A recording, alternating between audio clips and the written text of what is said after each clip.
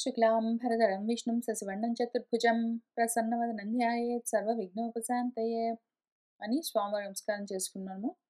మన వ్యాస భాగవతంలో ధ్రువోపాఖ్యానానికి ఒక పద్ధతి ఉన్నది, ఒక ప్రణాళిక.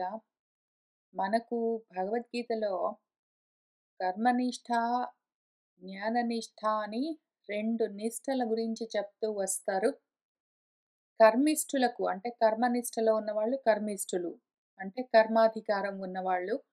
వాళ్ళ కోసము కర్మణి ఏవ అధికారః తే అని చెప్పుకుంటూ, మళ్ళీ జ్ఞాననిష్టలో ఉన్న వాళ్ళ కోసము సర్వకర్మ పరిత్యాగంతో కూడిన మోక్ష ప్రాప్తి ఏ విధంగా అని ఉపదేశం చేస్తూ వస్తారు. ఇప్పుడు మనకు వ్యాసుల వారు కూడా అదే విధంగా మళ్ళీ భగవద్గీతలో ఏ విషయం ఉన్నదో అదే కఠోపనిషత్తు నుంచి తీసుకుని వచ్చి పెట్టిన శ్లోకాలు చాలా భాగం ఉంటాయి.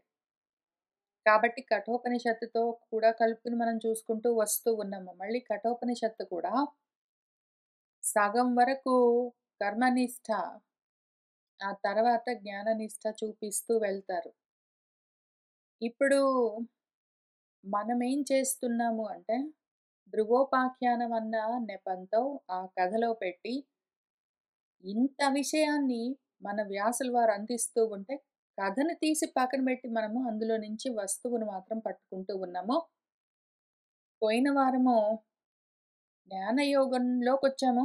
అందులో మన మనసు మనకు చెప్తున్న ఉపదేశము మనసుగా, మనువుగా, మననంగా మనకు జరుగుతూ ఉన్న ఉపదేశాన్ని తెలుసుకుంటూ వస్తూ ఉన్నాము. ఎంతవరకు వచ్చామంటే ఈ 22వ శ్లోకంలో అదొకటున్నది. అదేం చేస్తుందంటే అన్నింటినీ విధిస్తుంటుంది. దాన్నే కొంతమంది కర్మ అంటారు. ప్రారబ్ధ కర్మ అంటారు. లేదా దైవం అంటారు. దైవం అన్నా కూడా ప్రారబ్ధ కర్మ. దైవ కర్మ అంటే ప్రారబ్ధ కర్మ. కర్మ, దైవం. కాక కొంతమంది దాన్నే స్వభావం అంటారు. అంటే గుణాలు. ఇంకా ఏమైనా అనుకోవచ్చు. దాన్నే కొంతమంది కోరిక అంటారు. కోరిక వల్లే ఏదైనా నడుస్తుంటుంది. కోరిక లేకపోతే ఎవరైనా ఎందుకు కర్మలు చేస్తారు? కాబట్టి కోరిక అంటారు. కొంతమంది దాన్నే కాలం అంటారు. కాలం ఉంటేనే గదా ఏదైనా జరిగేది. కాలం వస్తేనే అన్నీ జరిగేది. కాలం లేకపోతే, టైం లేకపోతే జరగదు. కాలం ఆగిపోతే అన్నీ ఆగిపోతాయి. అని ఇంతమంది ఇన్ని పేర్లతో అంటూ ఉంటారు అని చెప్తూ వస్తున్నారు గదా! ఇందులో ఒక కీ టర్మ్ ఉంది. ఒక ముఖ్యమైన కీ పదం ఉంది.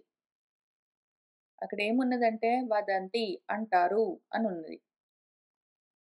వాళ్ళు ఆహుహు అంటారు. ఊచుహు అంటారు. ఈ రకంగా వదంతి, ఊచుహు, ఆహుహు అని ఎక్కడెక్కడ అటువంటి మాటలు మనకు కనిపిస్తాయో అక్కడక్కడ లోకంలో ఇటువైపు నుంచి ఆత్మని చూస్తున్న వాళ్ళు ఆత్మని ప్రత్యేగాత్మగా కాకుండా తమకు వేరుగా చూస్తున్న వాళ్ళు దానికి ఏవేవో పేర్లు పెట్టుకుంటారు అని చెప్తూ ఉంటారు. ఎప్పుడైతే ఆ చెప్తున్న వాళ్ళు ఉపదేశం చేస్తున్న గురువులు కృష్ణ పరబ్రహ్మమైనా సరే, లేదా కపిలుడైనా సరే, లేదా ఇంకే రూపమైనా సరే వాళ్ళు ఉపదేశం చేస్తూ ఉన్న సమయంలో వాళ్ళు వదంతి అంటారు అని చెప్తున్నారనుకోండి. అప్పుడు లోకుల వైపు నుంచి, ఇటువైపు ప్రపంచం వైపు నుంచి చూస్తూ ఆత్మని వీళ్ళేమనుకుంటారు అని చెప్తూ ఉంటారు. ఎప్పుడైతే వాళ్ళు ఆత్మగానే ఉండి చెప్తూ ఉన్నారో, స్వరూపంగా చెప్తూ ఉన్నప్పుడు ఇంక ఊచుహు లేదు, వదంతి లేదు. వాళ్ళే డైరెక్ట్‌గా చెప్తుంటారు మనకి. పైగా ఇతి మే మతః అని గూడా జెప్తారు. ఇది నేననుకుంటున్నాను. ఇది నేను చెప్తున్నానని గూడా చెప్తారు.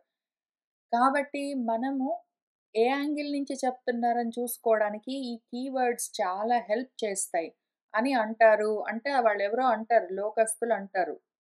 ఆత్మ స్వరూపంగా దానికి ఇవన్నీ లేవు. అది ఒకటుంటుంది. అది ఒక్కటే. అయితే లోకులు పలు విధాలుగా పరిపరి విధాలుగా చూస్తూ ఉన్నదానికి ప్రతిదానికి ఓ పేరు పెట్టుకొని పిలుస్తారు. ఇంకిన్ని రూపాలుగా, ఇన్ని పేర్లతో, ఇన్ని రకాలుగా ఉంది అది. కాబట్టి వదంతి అంటారు అన్నప్పుడు, ఓహో! ఆత్మ లోకులు ఆ స్వరూపాన్ని ఎట్లా చూస్తున్నారు అని స్వరూపం గురించి లోకుల వైపు నుంచి చెప్తూ ఉన్న విషయము అని మనం అర్థం చేసుకోవాలి. దీనివల్ల మనము సాధించేదేమి అంటే, ఈ విధంగా అర్థం చేసుకోవడం వల్ల సాధించేదేమి అంటే, ఇవి వదిలిపెట్టవలసిందే అని అర్థము. ఈ పేర్లన్నీ వదిలిపెట్టాలి. అసలు తత్వాన్ని పట్టుకోవాలి. ఇంకిక్కడ కూర్చొని కొంతమంది దాన్ని కర్మ అంటారు. కొంతమంది దాన్నే స్వభావం అంటారు, దైవం అంటారు, కామం అంటారు, కాలం అంటారు, ఇంకేంటో అంటారు అంటే, కాలం అంటే అర్థమేమి? అది ఎట్లా ఉంటుంది? దాని స్వరూపమేమి? అది ఎట్లా పనిచేస్తుంది? కామం ఎట్లా పనిచేస్తుంది? దైవం ఎట్లా ఉంటుందని ఇంక వీటి గురించి పట్టుకొని కూర్చోరాదు. పేరేదైనా సరే. విషయం ఒక్కటి. అసలు ఈ పేర్లు గూడా దానివి గాదు. వాళ్ళు వీళ్ళు పెట్టుకొని పిలుస్తున్నారని చెప్తుంటే, అంత క్లియర్‌గా చెప్పిన తర్వాత కూడా మళ్ళీ ఈ పేర్లు పట్టుకొని కూర్చోకూడదు మనము. ఏ విధంగానైతే కథలను వదిలిపెట్టి మనము తత్వాన్ని పట్టుకుంటున్నామో, అదే విధంగా రూపాలని, నామాలని కూడా వదిలిపెట్టి నామరూపాత్మకంగా కనిపిస్తున్నది ఆ విధంగా ఉన్నట్టుగా అనిపిస్తున్నది అసలు ఏమి అని దాన్ని పట్టుకోవాలి. నామాలు వదిలిపెట్టాలి. అది ఎప్పటికప్పుడు గుర్తు చేయడం కోసమా అన్నట్టే ఈ వదంతి, ఊచుహు అట్లా మాటలన్నీ కనిపిస్తూ ఉంటాయి. ఈ రకంగా అంటారు అంటే మంచిది అంటారు. అంటే అంటారు లోకస్తులు ఏదో ఒక పేరు పెట్టుకోవాలి. పెట్టుకుంటారు. కానీ దానికి ఇవన్నీ లేవు. మనం దాటి చూడాలి. దాన్ని దాటాలి అని అర్థము. ఇంకా కొన్ని శ్లోకాలకు అర్థం చూసుకుంటూ వెళ్దాము. అవ్యక్తస్య అప్రమేయస్య నానాశక్తి ఉదయస్య చ నవై చికీర్షితం తాత కహ వేద అథ స్వసంభవం.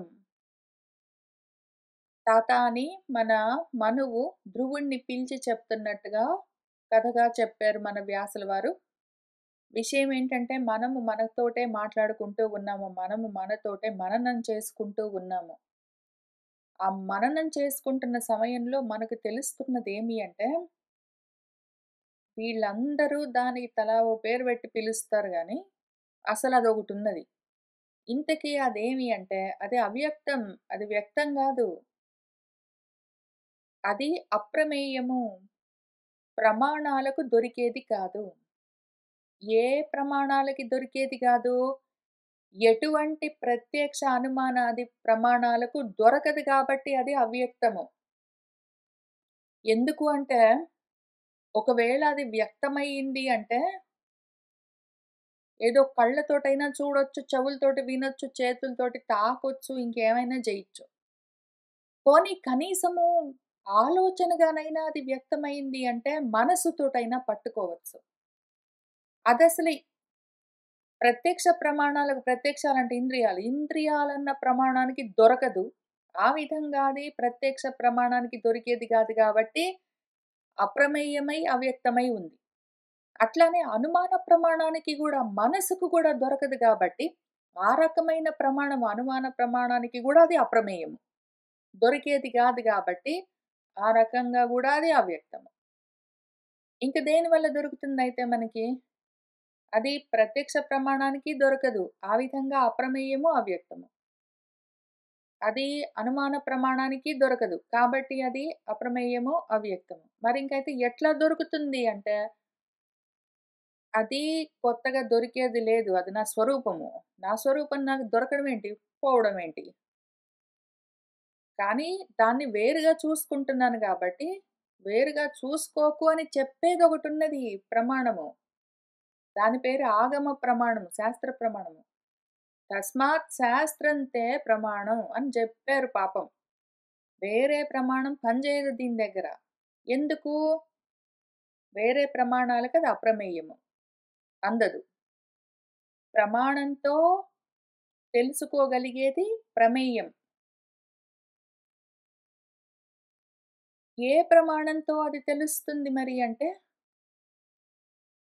ఆగమ ప్రమాణం అని చెప్పుకున్నాం గదా! ఆగమ ప్రమాణం అంటే ఏమి మళ్ళీ? పుస్తకాలతోటి అదెట్లా తెలుస్తుంది అంటే, పుస్తకాలతో డైరెక్ట్‌గా గాదు. పుస్తకాలలో ఉన్న జ్ఞానంతో తెలుస్తుందది. ఆ జ్ఞానాన్ని పెట్టుకొని మనము ఆలోచన చేసుకొని వేరుగా లేదు అని అదసలు ఎప్పుడూ అట్లానే ఉంది. వేరుగా ఉన్నది అన్న భావము తొలగితే ఈ విషయం నేనే అని అర్థమైతుంది. కాబట్టి జ్ఞానమే ప్రమాణము. జ్ఞానమన్న ప్రమాణంతో ఈ అప్రమేయాన్ని ప్రమేయం చేయాలి, మేయం చేయాలి. అప్పుడు మాతగా నేనున్నాను గదా! ప్రమాతగా ప్రమాణాన్ని పెట్టుకొని అప్రమేయాన్ని ప్రమేయంగా మార్చుకుంటూ ఉన్నాను. ఎప్పుడు మారుతుంది అది? ఎప్పుడు పూర్తిగా తెలుస్తుంది నాకు అంటే ప్రమాత, ప్రమాణము, ప్రమేయము అని 3గా ఉన్నాయి అన్న అజ్ఞానం తొలగితే, ఆ త్రిపుటి నశించినప్పుడు ఉన్నది ఒకటని తెలిస్తే ఇంకది అవ్యక్తమేమి. నేనే అయి ఉంటే మళ్ళీ నాకది వ్యక్తం అయిందంటే వేరేగా ఉంటుంది నాకు రెండోదిగా. కాబట్టి అదసలు ఏ రకంగా గూడా వ్యక్తం అవ్వడానికి అవకాశం లేదు.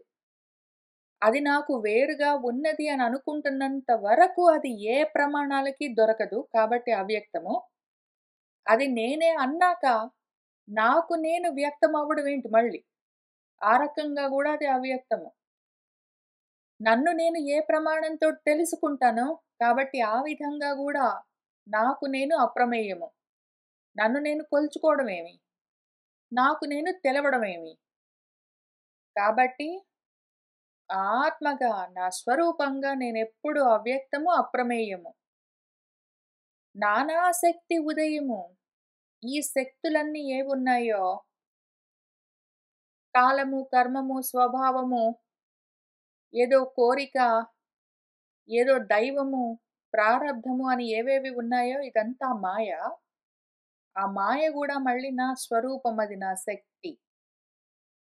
రకరకాల శక్తులుగా ఉదయిస్తున్న మాయా స్వరూపంతో నేనే ఉంటాను. అటువంటి స్వరూపానికి దాని యొక్క సంభవము ఎవరు తెలుసుకుంటారు?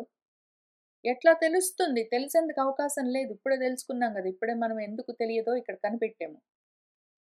కాబట్టి కహ వేద ఎవడు తెలుసుకుంటాడు? వాడి సంభవాన్ని వాడు.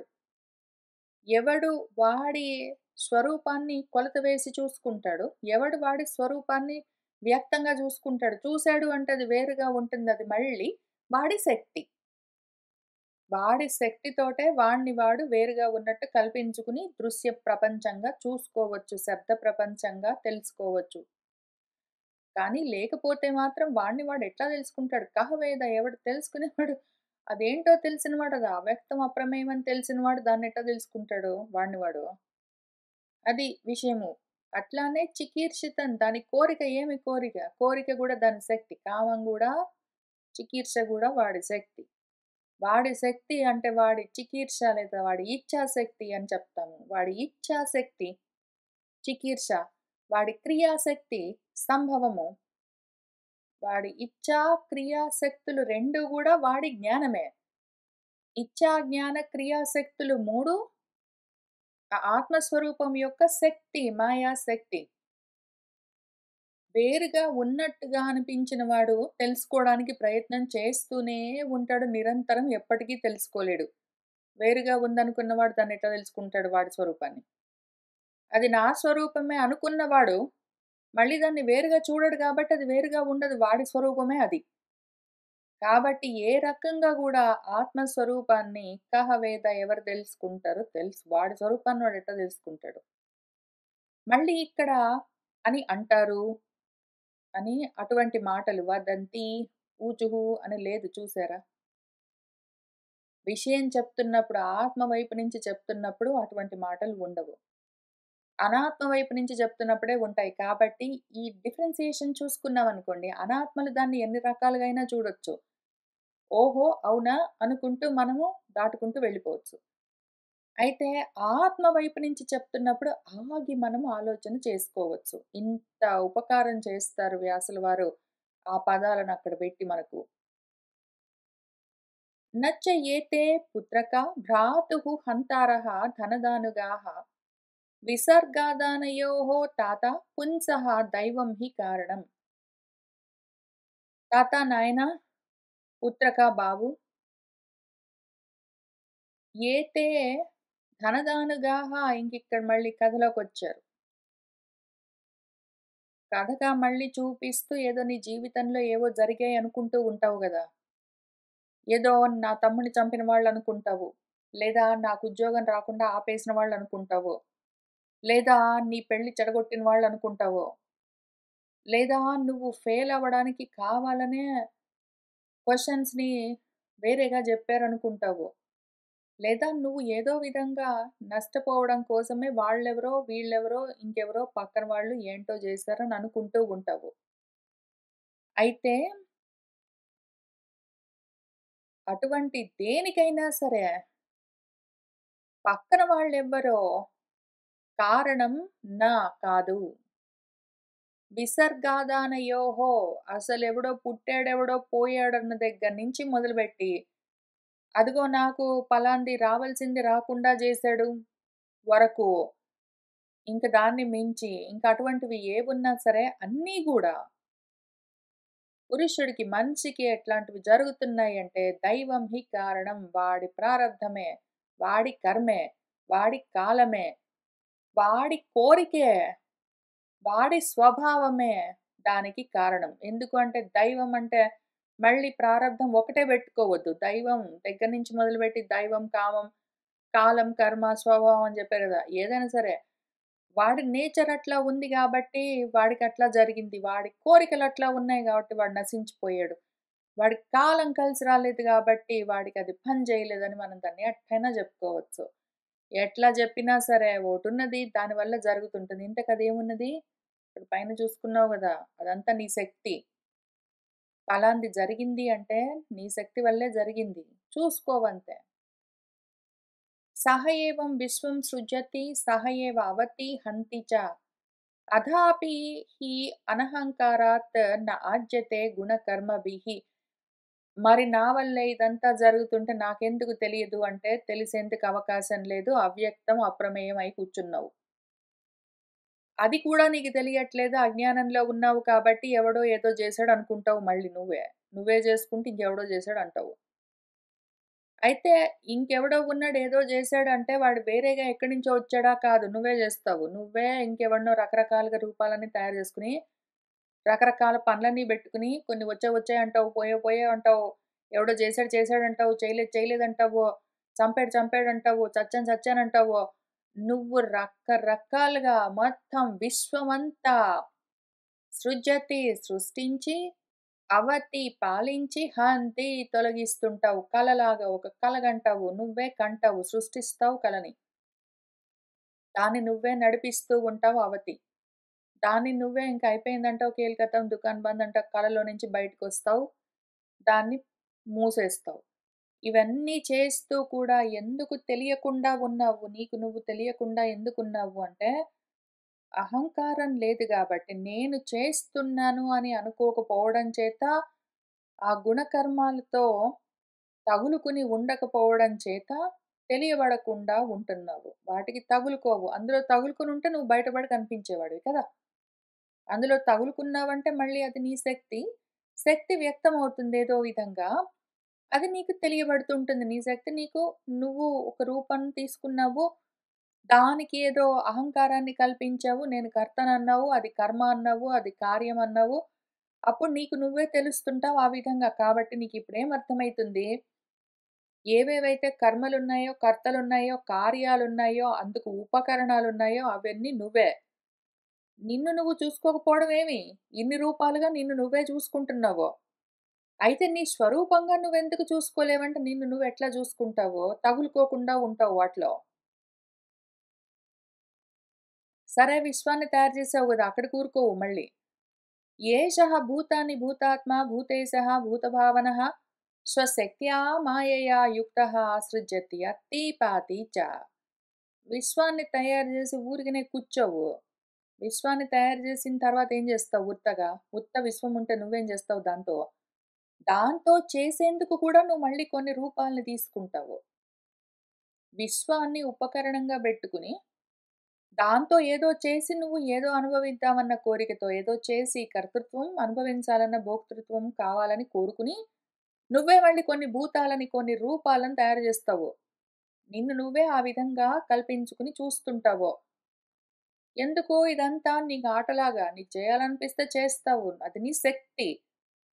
నీకు చేయాలనిపిస్తే ఆ విధంగా నువ్వే కల్పించుకొని నువ్వే చూస్తుంటావు. కానీ, ఆ కల్పించుకుని చూస్తున్నది కూడా నీ మాయాశక్తి వల్ల కల్పించబడ్డ రూపాలవన్నీ. అయితే నీ స్వస్వరూపం మాత్రం నువ్వు చూసుకోవడానికి అవకాశం ఉన్నదంతా ఒక్కటే. కావాలంటే నువ్వుగా ఇవన్నీ నిన్ను నువ్వు చూసుకోవచ్చు. అంతవరకే. అదే విషయము నీ స్వశక్తితో ఏమి శక్తి నీదింతకీ మాయా శక్తి. నానా శక్తులేమున్నాయి? ఇవన్నీ నీ శక్తులే. ఇదిగో కాలం, కర్మ, స్వభావం దగ్గర నుంచి దారిన పోయేవన్నీ విశ్వాన్ని కల్పించి, నడిపించి, వాటిని లయం జేసి, ఇంక దాంతోటి ఆడుకుని, ఇంక నువ్వు చేయదలుచుకుంటే ఏమైనా జేయొచ్చు. అదిగో వాడు చంపాడు చంపాడంటావు, వీడు చచ్చాడు చచ్చాడంటావు. అవన్నీ గూడా మొత్తము నీ మాయాశక్తి చేత కల్పించబడ్డ విషయాలు. వాటితో సృష్టిస్తుంటావు, నడిపిస్తుంటావు, చంపుతుంటావు, లేపుతుంటావు, కూర్చోబెడుతుంటావు, కుదేస్తుంటావు. మళ్ళీ అయ్యయ్యో! ఎవడో జేసాడే అంటుంటావు. అయ్యయ్యో! వాడు చేయలేదే చేయలేదే అంటావు. చేసినవాడు నువ్వే, చెయ్యనివాడు నువ్వే, చేస్తున్నది నువ్వే, చూస్తున్నది నువ్వే. విశ్వాన్ని నువ్వే తయారు జేస్తావు. ఇది విశ్వ సృష్టి. భూతాలను తయారు చేస్తావు. భూత సృష్టి. ఈ విశ్వాన్ని తయారు చేసి బ్రహ్మాండం అంటావు. భూతాలను తయారు చేసి పిండాండం అంటావు. అన్ని అండాలు, అండాలు, అండాలు తయారు చేసుకొని కూర్చుంటావు. వాటిలో నుంచి ఏవేవో సృష్టిస్తుంటావు కలలాగా. ఏదో ఒక మాయవాడిలాగా. ఆ మాయాశక్తి అంతా పెట్టుకుని మాయావిలాగా రకరకాలుగా సృష్టించి ఇంక కూర్చోవు. మళ్ళీ ఆ మాయలో నువ్వే తగులుకుని అవన్నీ ఉన్నాయంటావు. మాయకు వేరుగా ఉండి అవన్నీ లేవు అని ఊరికనే చూస్తూ ఉంటావు. నువ్వు కాక వేరేది ఇంకొకటి లేదు. తం ఏవం మృత్యుం అమృతం తాత దైవం సర్వాత్మనా ఊపేహి జగత్పరాయణం యస్మై బలిం విశ్వసృజః హరంతి గావః యథా వై నసి దామయంత్రితాః. కాబట్టి తాత, నాయనా నువ్వు ఇంకొప్పుడు ఒక పని చెయ్యి. ఏం చెప్పాను నేను నీకు? నీ సొంత మాయా శక్తితోటే ఇవన్నీ కల్పించుకుని, వాటితో ఆడుకుంటూ, ఒక్కొక్కసారి తగులుకునే, అయ్యయ్యో! ఇవన్నీ ఉన్నాయి, ఉన్నాయి అనుకుంటూ, నువ్వే మోహపడి, మృత్యువొచ్చిందొచ్చింది, అదిగో వాడు చంపాడు, చంపాడు, వీడు చచ్చాడు, చచ్చాడు, అయ్యో! నేను చచ్చిపోయాను, నేను చంపాను అనుకుంటూ తిరుగుతావు. కానీ వాటితో తగులుకోకుండా అమృతంగా ఉంటావు. వేరుగా ఉన్నప్పుడు నీ పాటికి నువ్వుంటావు. ఉన్నదంతా ఒకటే. నీలోనే ఇదంతా నువ్వే చూస్తూ ఉన్నావు కల్పించుకుని. 2 ఒకేసారి చేస్తావు. ఈ విషయం అర్థం జేసుకో. అమృతము నువ్వే, మృత్యువు నువ్వే. మళ్ళీ మృత్యువు వేరేదుంది. దాన్ని వదిలిపెట్టి అమృతాన్ని మాత్రం పట్టుకోవాలి అంటే ఇంక వేరేది ఇంకొకటి ఉన్నది అంటే మళ్ళీ నువ్వేమైపోతావు?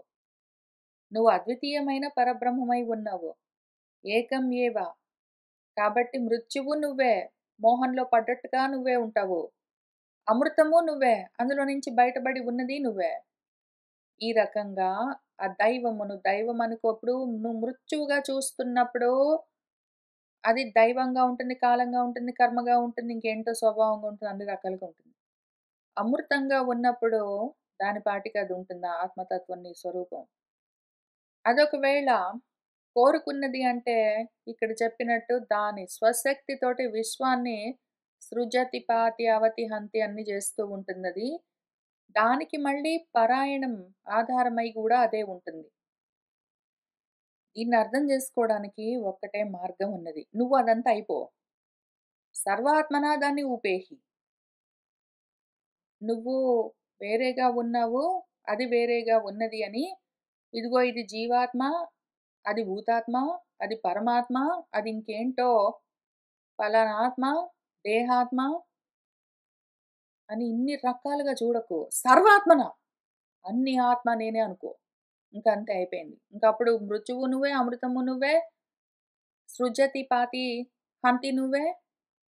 ఆ తర్వాత అన్ని రూపాలుగా ఉన్నది నువ్వే. చస్తున్నది నువ్వే, చంపేది నువ్వే, చంపడమన్న కర్మ నువ్వే, అందుకు కావాల్సిన ఉపకరణాలు నువ్వే, అందుకు కావాల్సిన జ్ఞానశక్తి నువ్వే, చెయ్యాలన్న ఇచ్ఛాశక్తి నువ్వే, మొత్తం అంతా నువ్వే అయి ఉన్నావు. సర్వాత్మన అన్ని రూపాలుగా నేనే అనుకో. ఇదొక్కటే దానికి ఉన్న మార్గము. నిన్ను నువ్వు తెలుసుకోవడం ఎట్లా అంటే వేరే రకంగా అవకాశం లేదు. అవ్యక్తం అప్రమేయమై కూర్చున్నావు. అవ్యక్తం అప్రమేయమైన నువ్వు నిన్ను నువ్వు తెలుసుకోవాలి అంటే ఒక్కటి అది వేరుగా ఉందనుకోవాలి. అది వేరుగా ఉన్నది అనుకున్నంత వరకు నిన్ను నువ్వు తెలుసుకోలేవు. అది నేనే అనుకున్నావనుకో, ఇంక ఇవి వేరుగా కనిపించవు. కాబట్టి వేరుగా లేని దాన్ని నిన్ను నువ్వు ఏమి ప్రయత్నం ఎంత చేసినా కూడా కనుక్కోగలవు. ఆ రకంగా దాన్ని చెయ్యలేవు. నువ్వు దాన్ని సర్వాత్మనా ఊపేయి. దాన్నట్ట పట్టుకో. అంతా నేనే అన్న ఒక్క ఆలోచనతో, అన్న ఒక్క స్థితితో దాన్ని పట్టుకున్నావంటే అన్నీ నువ్వే అప్పుడు. అట్లా చేశావనుకో, అప్పుడు నీకేం తెలుస్తుంది? యస్మై ఇంకా విశ్వసృజః ఏవైతే ప్రజాపతులని పిలుస్తారో ఈ రూపాలన్నీ. ఎందుకు? ప్రతిదీ ప్రజాపతే. ఒక దాంట్లో నుంచి ఒకదాన్ని పుట్టింపజేస్తూ ఉంటుంది అని మనం ఇంతకుముందు చూసుకుంటూ వచ్చాము. అదేం చేస్తుంది? జనం జనేన జనయన్ చేస్తుంటుంది. ఒక జనం నుంచి ఇంకో జనాన్ని జన్మింపజేస్తూ ఉంటుంది. కాబట్టి ప్రతిదీ ప్రజాపతే. ప్రతిదీ జనాలని జన్మింపజేస్తుంటుంది. ఒక దాంట్లో నుంచి ఒకటి. కాబట్టి ఇవన్నీ అంటే రూపాలన్నీ మొత్తము దాని చుట్టే తిరుగుతూ ఉంటాయి. ఎట్లా తిరుగుతాయి? ఒక రాటకు గట్టిన పశువులు పాశాలకు బద్ధులు. ఎందుకంటే నిన్ను తగులుకుని ఉన్నాయి నీ రూపాలన్నీ. నువ్వే కల్పించుకున్న నీ రూపాలు. ఇప్పుడు నువ్వు రాత్రిపూట పడుకొని నిద్రపోయినప్పుడు ఏదో కలొచ్చిందనుకో, ఆ కల ఇంకెవరి వల్లనైనా, ఇంకెక్కడైనా, దేన్నైనా ఆధారం చేసుకొని ఉన్నదా? నిన్ను మాత్రం ఆధారం చేసుకొని నీ కలలోని రూపాలన్నీ నీ చుట్టే తిరుగుతూ ఉన్నట్టే, ఇవి కూడా అంతే విషయము. అవన్నీ గూడా ఆత్మకు తగులుకుని ఏదో నసిదామ యంత్రితాహ ముక్కుకు తాడు వేసి ఆ రాటకి కట్టేస్తే, ఆ రాట చుట్టూ తిరుగుతున్నట్టు నీ చుట్టే ఇవన్నీ తిరగవలసిందే. వాటికి వేరే ఆధారం లేదు. నువ్వే నీ కలలన్నింటికి, రూపాలన్నింటికి నువ్వే ఆధారము. యః పంచవర్షః జననీం త్వం విహాయ మాతుః సపత్న్యా వచసా భిన్నమర్మ వనం గతః తపసా అక్షరం ఆరాధ్య లేభే మూర్ధ్ని పదం త్రిలోక్యాః. ఇంతకుముందు అంతంత మాత్రం జ్ఞానంతోటే మనము చాలా దూరం వెళ్ళాము. కొంచెం కొంచెం జ్ఞానంతోటే మనము సాధించవలసినవన్నీ సాధించాలని కోరుకున్నవన్నీ సాధించుకున్నాము. ఉద్యోగాలు తెచ్చుకున్నాము, చదువుకున్నాము, ఏవో ప్లానింగ్‌లన్నీ చేసాము, ఇళ్ళన్నీ కట్టుకున్నాము. చేయవలసినవన్నీ కొంత కొంత పంచవర్ష ప్రణాళికలన్నీ వేసుకుని మనము కొంత కొంత జ్ఞానంతో చాలా దూరం చేయగలిగినవన్నీ చేశాము. అవన్నీ ఎట్లా చేశాము? ప్రత్యేగాక్షం యాక్చువల్‌గా కళ్ళ ముందు చూసినంత క్లియర్‌గా, స్పష్టంగా మనం ఏమి కావాలో దాన్ని ఆరూపంగా చూసి, ఎందుకు నాకు ఉద్యోగం గావాలి, చదువు గావాలి, సీట్ గావాలి, లేకపోతే పెళ్లి గావాలి, ఇంకేదో గావాలని ఏది కోరుకున్నా గూడా, ఆ రూపాలన్నీ మళ్ళీ నాకు వేరుగా లేవా? అన్నీ నా స్వరూపమే. వాటన్నింటిని అంత స్పష్టంగా చూస్తూ వాటన్నింటిని నాకర్థమైనట్టు సాధించుకున్నాను ఎట్లా? వేరేగా ఉన్నాయనుకున్నాను మోహంలో ఉండి. ఎందుకు అంటే, ఆ విధంగా అనుకోవడం గూడా మళ్ళీ నా శక్తి. ఇప్పుడు ఈ కలలో నుంచి బయటపడే మార్గమేమి? ఎందుకు అంటే, మోహంలో ఉన్నది నేనే, మోక్షమై ఉన్నది నేనే. బంధాల్లో ఉన్నాను ఏదో నాకు ముక్కుకు తాడు వేసి ఎవరో నడిపిస్తున్నారు. ఏదో కాలమో, కర్మో నన్ను నడిపిస్తున్నది. నా స్వభావం ఏదో నన్ను నడిపిస్తున్నది అనుకుంటున్నా. అజ్ఞానము నేనే. అదంతా లేదు. ఉన్నది నేనే అన్న జ్ఞానము నేనే. అయితే 2 ఉన్నట్టుగా ఉన్నాయి గదా! ఇప్పుడు ఆ రెండింటిని కలిపి ఒక్కటి జేసుకోవాలి. అంతా నేనే అయి ఉన్నానని తెలుసుకోవాలి. మొత్తం సర్వాత్మనా నన్ను నేను పట్టుకోవాలి. ఎట్లా? తం ఏనం అంగా ఆత్మని ముక్త విగ్రహే వ్యపాశ్రితం నిర్గుణం ఏకం అక్షరం ఆత్మానం అన్విచ్చా విముక్తం ఆత్మదృక్ యస్మిన్ ఇదం భేదం అసత్ ప్రతీయతే. తమ్ ఏనం దాన్ని అన్విచ్చ వెతుకు. అదెక్కడుందో నీ స్వరూపం వెతుకు. ఎట్లా వెతుకుతావో ఆత్మని నీలోనే చూడు. నీలోనే నిన్ను నువ్వు చూసుకోవాలి అంటే, అందులో ఒకవేళ ఈ మాయ నీదే శక్తి. నీ మాయాశక్తి నీకే అడ్డం పడ్డదనుకో, నిన్ను నువ్వు చూసుకోవడానికి నీ శక్తే అడ్డంగా ఉంటుంది. కాబట్టి ముందు దాన్ని తొలగించాలి. మాయాశక్తి విజృంభిస్తే రాగద్వేషాలుగా బయటబడి కనిపిస్తుంది. దాని వ్యక్తమయ్యే స్వరూపం అది. రాగద్వేషాలుగా ఉన్నప్పుడు అడ్డంగా ఉంటుందది.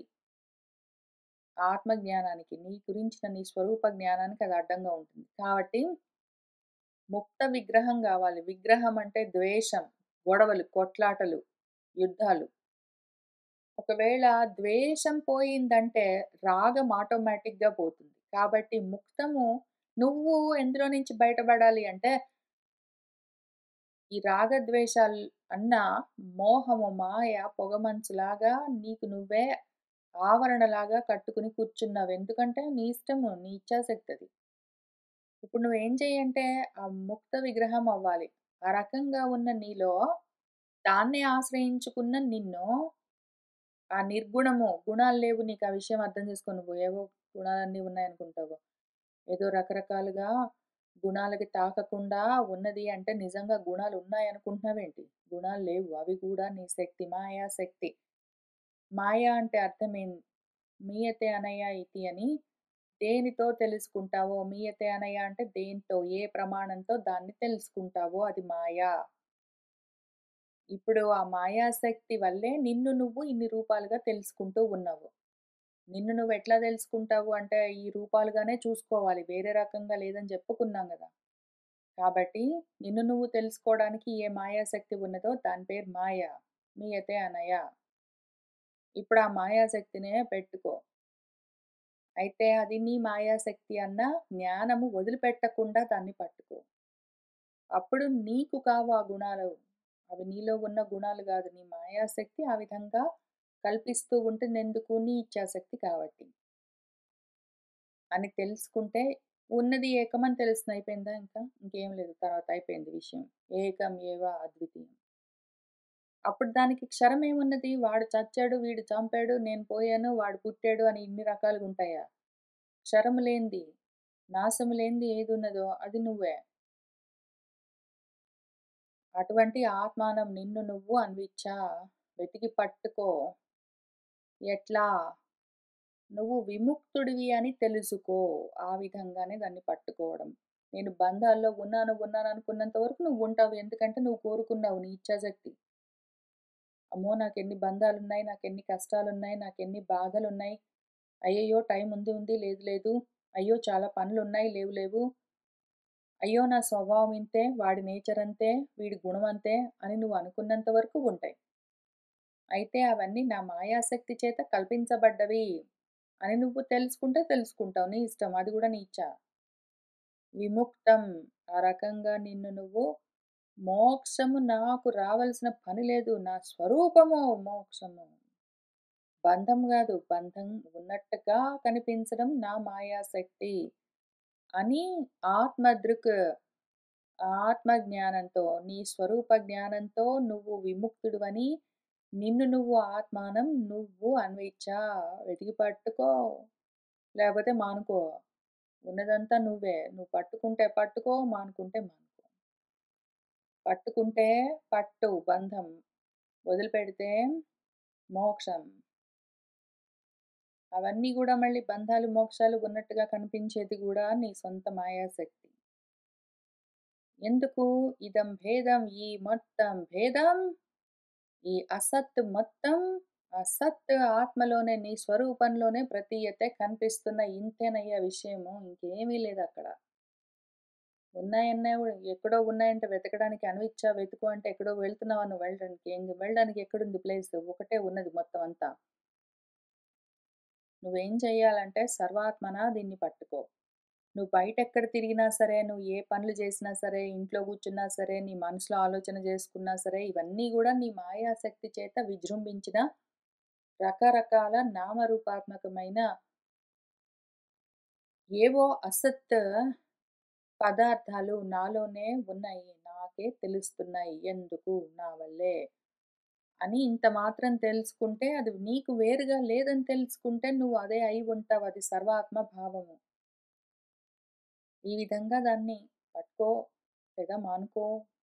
పట్టుకోమని గాదు, మానుకోమని గాని ఎట్లా చెప్తారు ఎవరైనా? నీకు నువ్వు చెప్పుకోవడమే, నీకు నువ్వు చేసుకోవడమే. మళ్ళీ నీకు నువ్వు అనగా వెంటనే ఇంకొకటి ఉన్నదేమో చేయడానికి, చెప్పడానికని అనుకోవడానికి లేదు. చెప్పుకునేది చెప్పుకోవడము, చెప్పేవాడు, వినేవాడు అన్నీ నువ్వే.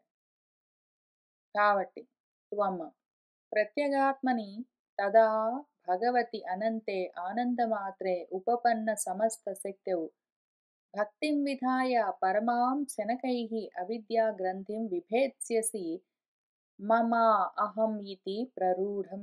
అయితే మరి ఉన్నది కదా ఈ అసత్. అసత్ అయినా సరే ఆ భేదాలన్నీ ఏవైతే ఇదం అని ఈ జగత్తంతా ప్రతీయతే కనిపిస్తున్నదంతా మరి నాలోనే ఆత్మలోనే అయినా కూడా వెతకాలంటే నాకు తెలియట్లేదు.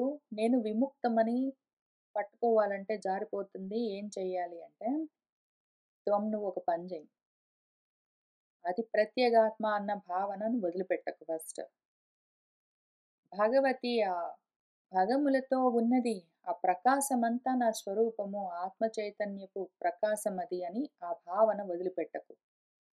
అంతు లేదు నాకో ఆత్మకు నా స్వరూపానికి అంతేముంటుంది? అంతు లేదు. అంతు లేదు కాబట్టి ఆది గూడా లేదు. అయితే ఉన్నదేమి? ఆనంద మాత్రము. అయితే ఆ ఆనంద మాత్రంగా ఉండి గూడా అంతు లేదు, ఆది లేదు. అయినా గూడా సమస్త శక్తులతో కూడి ఉండడం చేత ఆది అంతులతో ఉన్న ఏవో రూపాలను వాటికి కావలసిన కాలాన్ని, ఏదో ఆదిగా కల్పించడానికి కావలసిన కాలాన్ని, అంతం చేయడానికి కల్పించిన కాలాన్ని గూడా మళ్ళీ నా శక్తిగానే నువ్వు చూస్తూ ఉండు. దాన్ని ఎట్లా అంటే పరమాం భక్తిం విధాయ ఇంక దాని మీద ఎంత ఆసక్తి ఉండాలంటే ఒక్క క్షణం గూడా ఈ ఆలోచనను వదిలిపెట్టకుండా ఉండాలి. ఒక్క క్షణం నువ్వు ఈ ఆలోచనని నీ ఆత్మగానే అన్నింటిని పట్టుకోవడం అన్న ఆలోచనని ఒక్క క్షణం వదిలినా సరే, మళ్ళీ నిన్ను నువ్వు అనాత్మగా జూసుకోవడం మొదలుపెడతావు. మళ్ళీ మోహంలో పడతావు. మళ్ళీ అయ్యో! వాడు చచ్చాడే, వీడు చంపాడే, అయ్యో! నేను పుట్టానే, వాడు పోయాడే, అయ్యో! వాడికి తద్దినాలు పెట్టాలే, అయ్యో! వీడికి ఏదో పార్టీ ఇవ్వాలే అని ఇంక ఇక్కడిక్కడ తిరుగుతావు. ఒక్క క్షణం గూడా నువ్వు అత్యంత ఆసక్తితో దాన్ని వదిలిపెట్టకుండా పట్టుకుంటే, అప్పుడు శనకైకి నెమ్మది నెమ్మదిగా ఈ అవిద్య ఏదున్నదో ఆ గ్రంథి చిక్కుముడిలాగా పట్టుకున్నది పాపము. దాన్ని అది ఏ రకంగా బయటపడుతుంది ఈ అవిద్య అన్న చిక్కుముడి? మమ నాది నాది అనుకుంటూ, అహం నేను నేను అనుకుంటూ, అహం అంటే అహంకారం, మమ అంటే మమకారం. ఈ అహంకార మమకారాలే గదా! మొత్తం అంతా అవిద్య. అది ప్రరూఢంగా పాతుకొని ఉన్నది ఇప్పుడు. కాబట్టి నీ స్వరూపం నీకు తెలియకుండా ఉన్నది. అన్నీ నా స్వరూపమే అన్న ఆలోచన వదిలిపెట్టకుండా పట్టుకో. ఈ అవిద్య ఎక్కడుంది మళ్ళీ? ఈ విద్యలోనే, ఈ జ్ఞానంలోనే బ్రహ్మ విద్య, ఆత్మ విద్యలోనే కలిసిపోతుంది. కాబట్టి నీకున్న పెద్ద ఫండమెంటల్ ప్రాబ్లమ్ ఏంటంటే, ఈ రాగద్వేషాలే అహం, మమ అన్న అహంకార మమకారాలే అడ్డుగా ఉన్నాయి. ఆ అడ్డును తొలగించు ఎట్లా?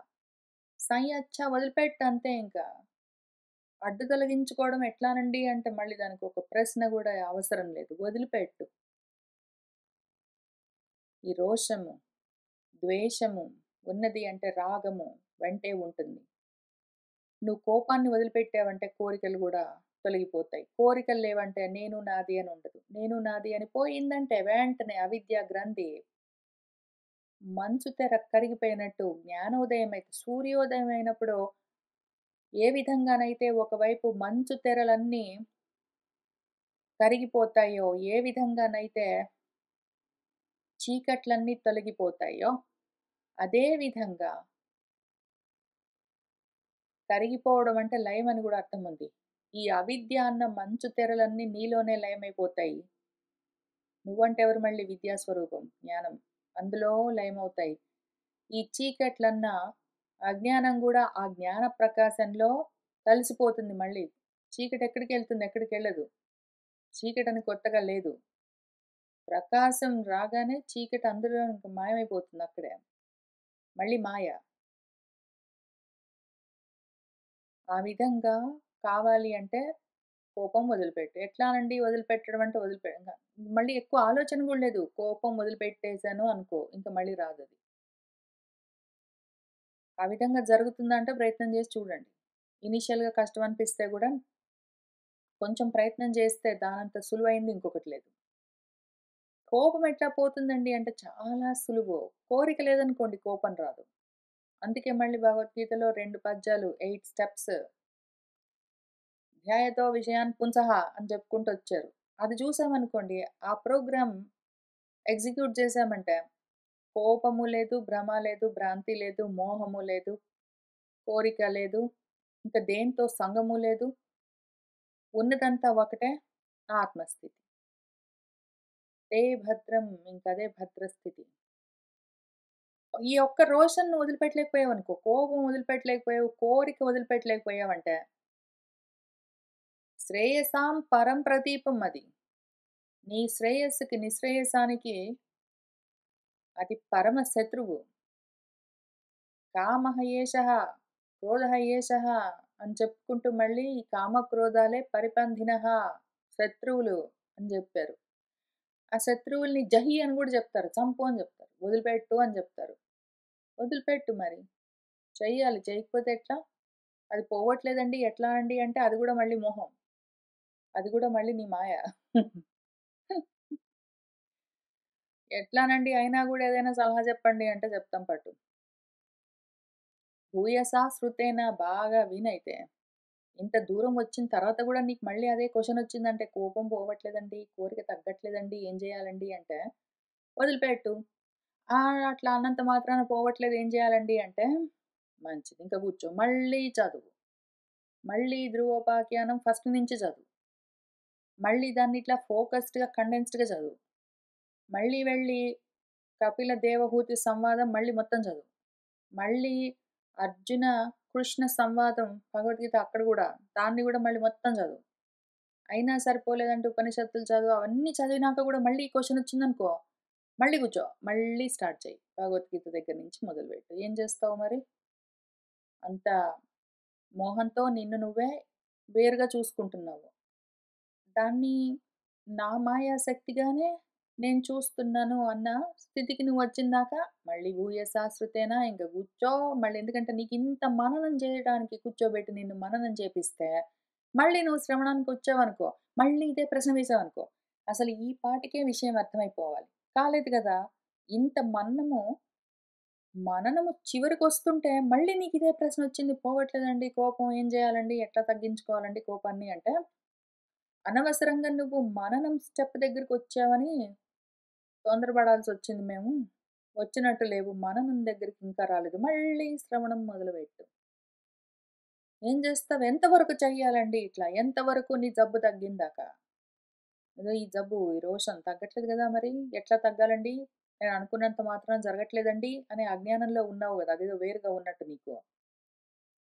ఏ విధంగానైతే అగదేనా మందేస్తే అమయం జబ్బు తగ్గినట్టు ఇంకిదే నీ మందు. ఇంకింతే విషయం. ఇది మందు. పోయి మందేసుకో. పోయి ఇంక పో. మళ్ళా కూర్చో. మళ్ళా ఫస్ట్ నుంచి భగవద్గీత దగ్గర నుంచి స్టార్ట్ చెయ్యి. ఏన ఉపసృష్టాత్ పురుషాత్ లోకః ఉద్విజతే భృశం. న బుధః తద్వశంగచ్చేత్. ఇచ్చన్ అభయం ఆత్మనః. నీకు ఆత్మ అభయం కావాలా? ఆత్మ అంటేనే అభయ స్వరూపం. నీ స్వరూపం అభయం. అది నీకు కావాలా? అది ఇచ్చేదొకవేళ నువ్వు కోరుకున్నావంటే ఒక పని జెయి. దేనితో నువ్వు స్పృశించబడితే, ఏది నీతో కూడి ఉన్నది అంటే, దాని వల్ల ఈ లోకమంతా నీ చుట్టూ ఉన్న మనుషులు, ప్రాణులందరూ ఉద్వేగం చెందుతున్నారో దాని పేరు కోపము. నీలో కోపం అసలు ముఖ్యంగా ఇదొక రకము. ఏమోనండి నాలో ఊరినే కోపమొస్తుందండి. మరి ఎట్లా కంట్రోల్ జేసుకోవాలో తెలియట్లేదు. కోపం తగ్గించుకునే మార్గం ఏమైనా ఉంటే చెప్పండి అని అడిగేవాళ్ళు ఒక రకం. వాళ్ళకి గూడా ఇదే మంత్రం. "ఎళ్ళు పోయి కూర్చోపో, మళ్ళీ చదువుకోపో. నీకింకా మరణం వరకు వచ్చినట్టు లేదు నీ స్థితి" అని. వీళ్ళకన్నా అధ్వానం. "అసలు నాలో కోపమే లేదండి" అని జెప్తారు. కోపం లేని వాళ్ళు ఆటోమేటిక్‌గా మౌనంలోకెళ్ళిపోతారు. వాళ్ళసలు నాలో కోపం ఉందండి, లేదండి, ఎట్లా తగ్గాలండి అని డిస్కషన్‌లన్నీ జేయరు. కోపం లేని వాళ్ళు నాలో కోపం లేదు అని ప్రచారం చేయవలసిన అవసరం లేదు. కానీ ఎవరైనా నాలో అసలు ఏమాత్రం కోపం లేదండి, నాకసలు కోపమే రాదండి, నాది చాలా శాంత స్వభావం అండి అని చెప్తున్నారనుకోండి. అయితే గ్యారంటీగా వాళ్ళలో కోపం ఉంది. అయితే ఈ పైన చెప్పుకున్న వాళ్ళకన్నా గూడా కొంచెం తక్కువ రకం. ఎందుకంటే వీళ్ళలో కోపం ఉందని వీళ్ళకి గూడా తెలియట్లేదు. అంత అయోమయంగా ఉన్నారు. అంత మహామాయ వాళ్ళ శక్తి వాళ్ళని ఇంకా కొంచెం గట్టిగా ఆవరించింది. అయితే అటువంటి వాళ్ళ కోసం ఒక ఉపకారం చేసుకుంటూ, ఇంతకీ మనలో కోపం ఉందా? లేదా? లేదని మనం అనుకున్నంత మాత్రాన నిజంగా ఉందో లేదో తెలుసుకోవడం కోసము ఒక, ఒక టెస్ట్ లాగా సెల్ఫ్ టెస్ట్ కిట్ ఒకటి చెప్తున్నారిక్కడ. ఒకవేళ ఏ పురుషుడికైనా కోపం ఉన్నది అంటే, కోపంతో కూడి ఉన్న మనిషిని జూసి వాడి చుట్టూ మనుషులు గాని, ప్రాణులు గాని భయపడతారు. దగ్గరికి రావడానికి కొంచెం దూరంగుంటారు. వాడితోటి ఎందుకు పెట్టుకోవడం అని, వాడేమైనా అనుకుంటాడు అని, వాడు కోపం తెచ్చుకుంటాడు, లేతే వాడు చిన్నబుచ్చుకుంటాడని, ఏదైనా సరే నీకేదైనా విషయం చెప్పడానికి భయపడ్డము, నీతోటి ఏదైనా డిస్కస్ చేయడానికి ఇంట్రెస్ట్ చూపించకపోవడము, నువ్వేదైనా చెప్తే అవునవునని ఇంక ఊరుకోవడం అట్లా ఎవరైనా చేస్తున్నారు అంటే, నీలో కోపం ఉన్నది అని నువ్వు కనిపెట్టుకోవచ్చు. అందుకని బుధహ తెలియగలిగిన వాళ్ళు ఈ విధంగా వాడిలో కోపం ఉన్నదా లేదా అని చూసుకొని, ఒకవేళ ఉన్నది అని తెలుసుకున్నాడంటే మాత్రం ప్రయత్నం మీద తద్వశం న గచ్చెత్ వెళ్ళగూడదు అని చెప్తున్నారు. దాని వశంలోకి వెళ్ళొద్దని చెప్తున్నారు. వీళ్ళు వెళ్ళకుండా ఆ సాధనలో ఉంటారు. ఇప్పుడు హేళనం గిరిశభ్రాతుః ధనదస్య త్వయా కృతం యజ్జగ్నివాన్ పుణ్యజనాన్ భ్రాతృఘ్నాన్ ఇతి అమర్షితః. ఇట్లా చాలామందుంటారు. నాలో కోపమే లేదు అని చెప్పేవాళ్ళు చాలామంది ఉంటారు. పాపం వాళ్ళు నిజంగా నమ్ముతారు. వాళ్ళలో కోపం లేదు అని నమ్ముతారు. మన ధ్రువుడు గూడా అట్లాంటి వాడే కాబట్టి, ఇక్కడ మనువు ఎగ్జాంపుల్ చూపించవలసి వస్తుంది. ఎట్లా నీలో కోపం బయటపడి కనిపించింది. ఎందుకంటే, కోపమొచ్చిన వాళ్ళు, నా కోపము ధార్మికమైన కోపము, రైచియస్ యాంగర్. యాక్చువల్‌గా జస్టిఫైయబుల్ రీజన్స్ ఉన్నాయి. వాడు నన్ను మోసం చేశాడు, ద్రోహం చేశాడు, వాడు నాకు అపకారం చేశాడు. నేను చేస్తున్నది ధర్మము అనే వాళ్ళు నమ్ముతారు. కాబట్టి ఎందుకు ప్రతి వాళ్ళు నాలో కోపం లేదండి, నాకు కోపం రాదండి అని వాళ్ళెందుకు చెప్తారు అంటే వాళ్ళది నమ్ముతారు. ఎప్పుడైనా వాళ్ళు కోపం తెచ్చుకుని కొంచెం గట్టిగా మాట్లాడి అట్లా చేస్తున్నారు. వాళ్ళ పిల్లలో, భార్యో, భర్తో, స్నేహితులో, బంధువులో, తెలిసిన వాళ్ళో, ఆఫీస్ వాళ్ళో పోనీ వాడితోటి మనకెందుకని ఊరుకుంటున్నారు. అయినా గూడా వీడు నాలో కోపం లేదు అని ఎందుకనుకుంటున్నాడంటే, వాడేమి నమ్ముతాడు అంటే నేను చేస్తున్నది ధర్మంగా చేస్తున్నాను. నాలో అధర్మం లేదు అని నమ్ముతాడు.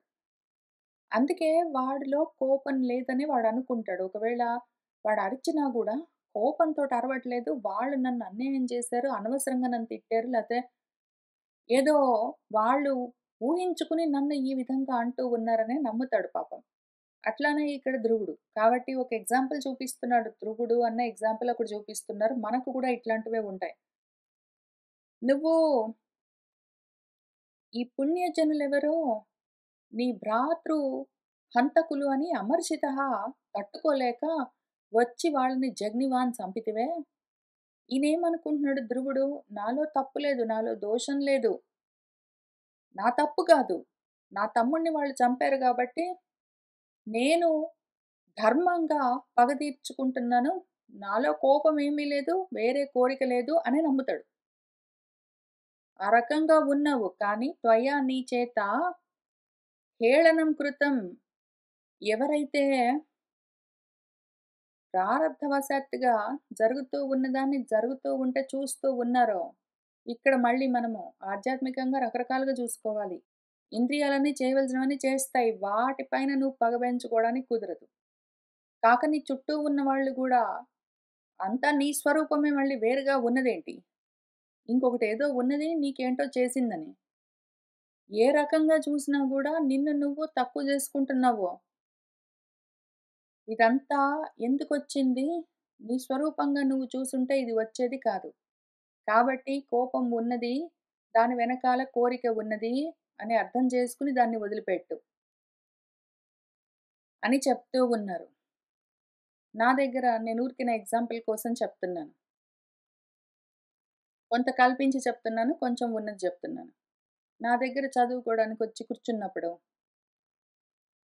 నేను ఒక్కొక్కసారి చెప్పిందే చెప్తూ ఉంటాను. ఒక్కొక్కసారి మిమ్మల్ని కూడా అడిగిందే అడుగుతూ ఉంటాను. ఒక్కొక్కసారి కొంచెం తీవ్రంగా మాట్లాడినట్టు అనిపిస్తుంది. అయినా గూడా అబ్బెబ్బే! నాకేమి కోపం రాలేదండి.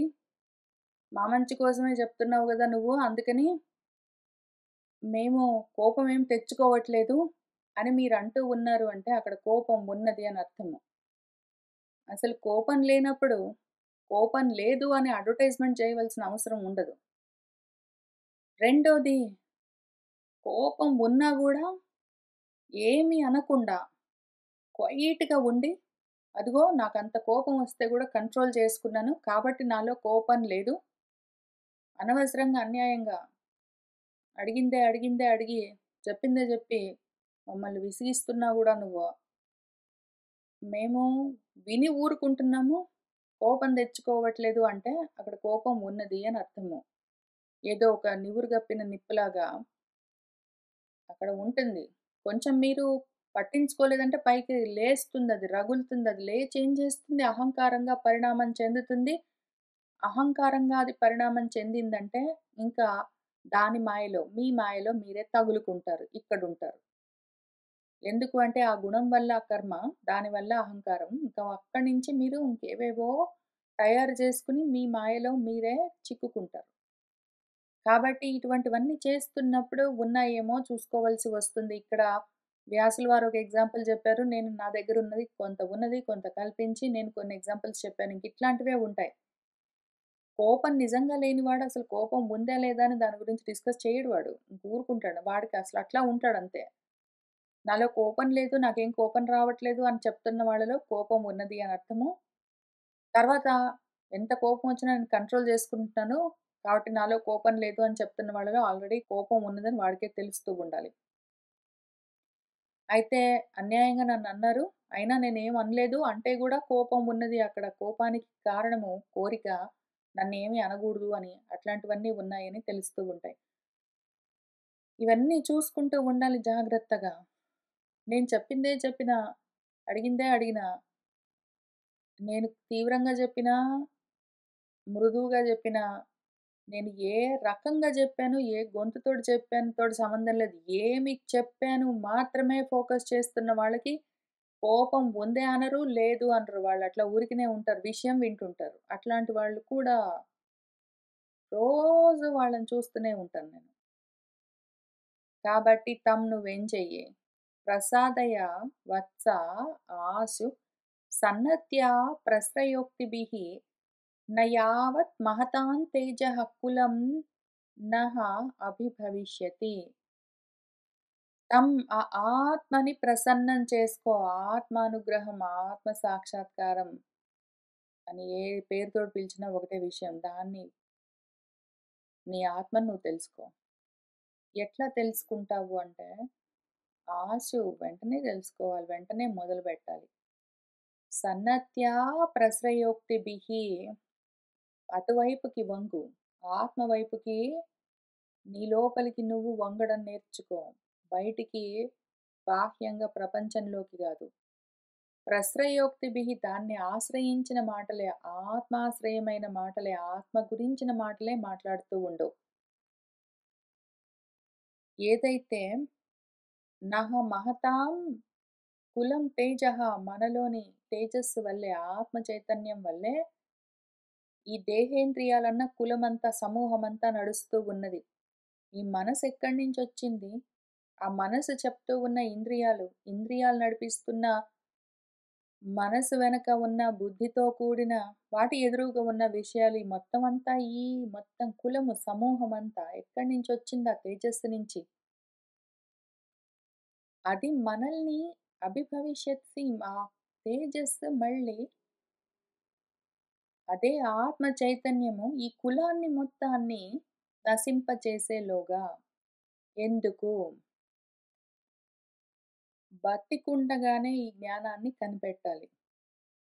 ఏదో ఒక విధంగా దీన్ని ఉండగానే, ఈ ఉపాధి ఉండగానే, ఈ కులము పనిచేస్తూ ఉండగానే కనిపెట్టాలి.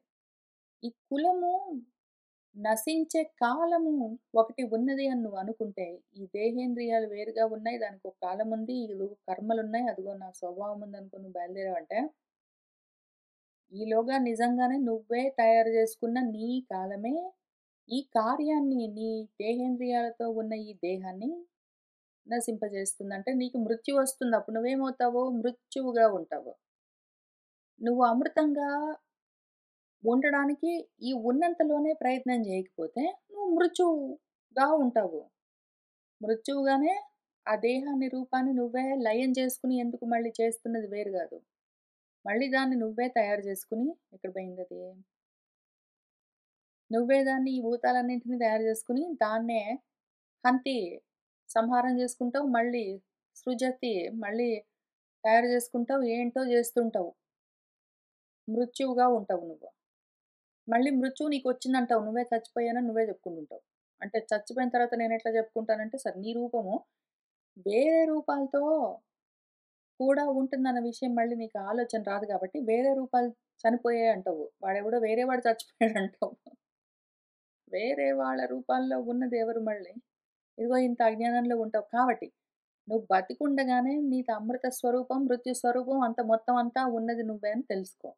లేదా అమృతత్వం తెలియకుండా పోయావంటే మృత్యువుగా మాత్రం ఉంటావు ఇంకా అజ్ఞానంలో. మళ్ళీ జన్మెత్తవలసి ఉంటుంది. మళ్ళీ ఇదిగో భూయసా శ్రవణము. మళ్ళీ ఇదిగో అనంతమైన మననము చేయవలసొస్తుంది. ఇంక ఇంత గోల గాకుండా ఇంకిప్పుడే మొదలుపెట్టి చేసుకో. ఏవమని స్వయంభువః పౌత్రమనుశాస్య మనుః ధ్రువం తేనాభివందితః సాకం ఋషిభిః స్వపురం యయౌ. ఈ విధంగా స్వయంభువం స్వయంగా జన్మించింది. ఒకళ్ళ వల్ల వచ్చింది గాదు. ఇవన్నీ ఎవరి వల్ల కల్పించబడ్డాయి? పౌత్రం ఏదైతే తరింప చేయవలసి ఉన్నదో అది ధ్రువస్థితికి ఈ ధ్రువస్థితి నుంచి ఆ ధ్రువస్థితికి వెళ్ళవలసింది ఏదున్నదో దానికి ఈ మననము పాపం చేయగలిగినంత అనుశాసనం జేసి, సరే మంచిది అర్థమైందన్నాక మళ్ళీ అది వెళ్ళిపోయింది. కానీ అక్కడికి అయిపోలేదు. మననం చేసిన తర్వాత ఇంకా మనకు ఉన్నది విషయం. ఇంకా నిధిధ్యాసనం వరకు రావాలింకా. మననమే పూర్తి గాలేదు. శ్రవణం గూడా అయ్యేటట్లేదు. మళ్ళీ వెనక్కెళ్ళి ఫస్ట్ నుంచి చదవాల్సొచ్చేటట్టుంది ఇవన్నీ. ఒక్కసారి చదివితే ఎక్కడవుతుంది? ఎన్ని సార్లు చదివితే ఎప్పటికవుతుందో గానీ.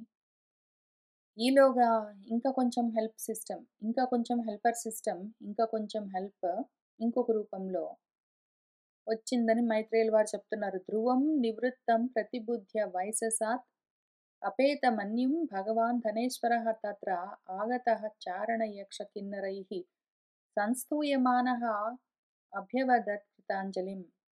ఇంకా ధ్రువుడు ఇప్పటికి ఏదో ఒక విధంగా రోషన్ సన్యచ్చ అని చెప్తే ఎంతో కొంత రోషాన్ని కంట్రోల్ చేసుకున్నాడు.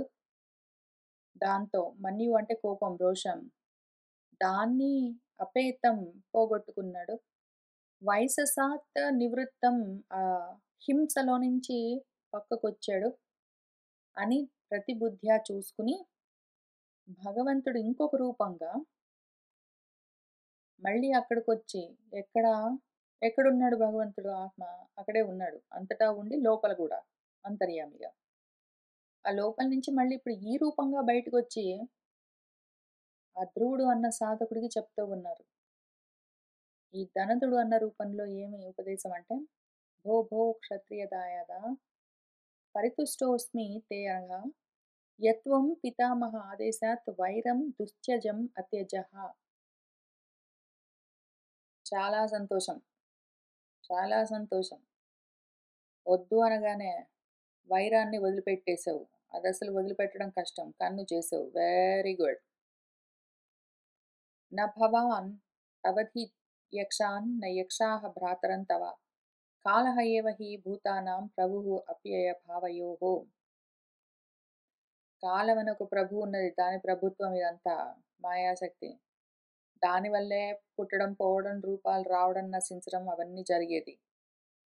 అహం త్వం నేను నువ్వు అన్న ఈ అపార్థాలన్నీ గూడా ఆ ధీహి అటువంటి అపార్థాలతో కూడి ఉన్న బుద్ధి కూడా అజ్ఞానాత్ పురుషస్య హి పురుషుడి యొక్క అజ్ఞానం వల్లే.